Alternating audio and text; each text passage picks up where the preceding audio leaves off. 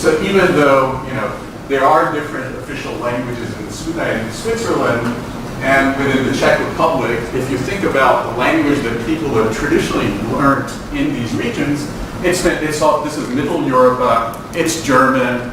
That eases things, and as a historian pointed out to me, with the exception of Switzerland, this actually looks very much like a map of the Holy Roman Empire around 1500 in terms of where the darkest reds actually are, which reminds us of another important kind of influence on cross-border interactions. Typically, if two countries ever had a colony-colonizer kind of relationship or were united politically, there are exceptions like India, Pakistan, but by and large, that typically significantly boosts trade intensity. So this is about all that we're going to have time for, so let me get back to the presentation and the particular point I was trying to make with this, which is that typically when we look at this, and what's new in the book is that we actually estimate regression models using a handful of variables identified in international economics as affecting merchandise trade. It turns out that these same 6 variables actually do a really good job of explaining all kinds of international interactions. Everything from, university students' mobility across borders, to phone calls, to capital flows. And the idea is that, in general, distance along cultural dimensions, our proxy is language, administrative dimensions, the proxy is colony-colonizer links, geographic distance, generally significantly dampen international interactions.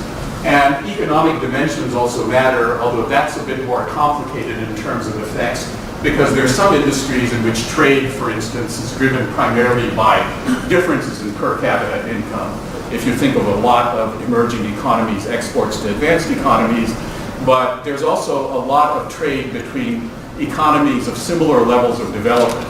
Like the US's largest trading partner overall is Canada.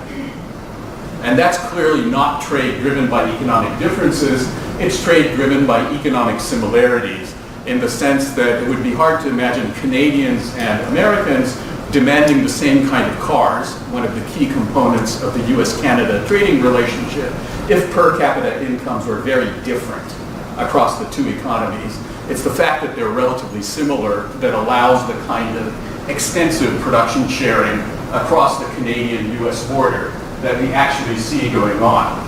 So those are the 2 laws. But let me just give you 1 or 2 sensitive applications, and then we need to move on to reserve some time for discussion.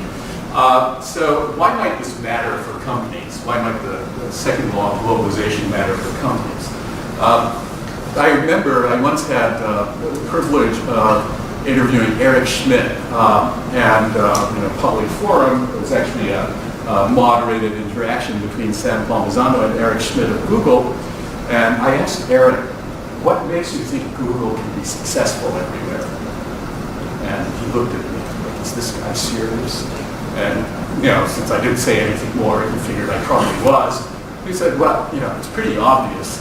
We have the best algorithm. We get the most data. Obviously, we're going to win. So think of all the problems that Google has run into. To start with, cultural barriers.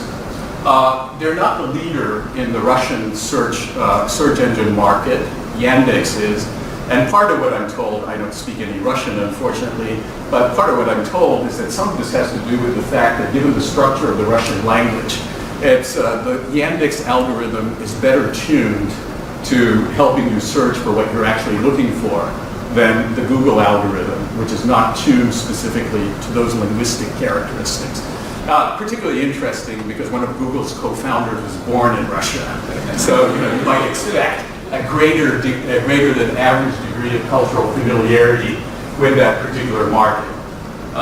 Administratively, we know that there are certain countries that they can't operate in. They face geographic barriers as well. So if you've seen those photographs of these big balloons floating above Africa, this is Google finally realizing that actually it's all very well to have the global internet unless you have that last little bit of connectivity, overcome that last little bit of geographic distance. Your business is not going to take off. And finally, economic differences have been a major challenge for them.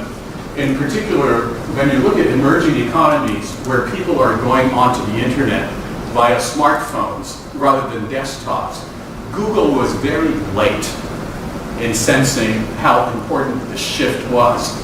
As a result, they lagged significantly in adapting their interface to smartphones and left an opening for Facebook to do significantly better in that space, which is where Facebook derives most of its advertising revenues from.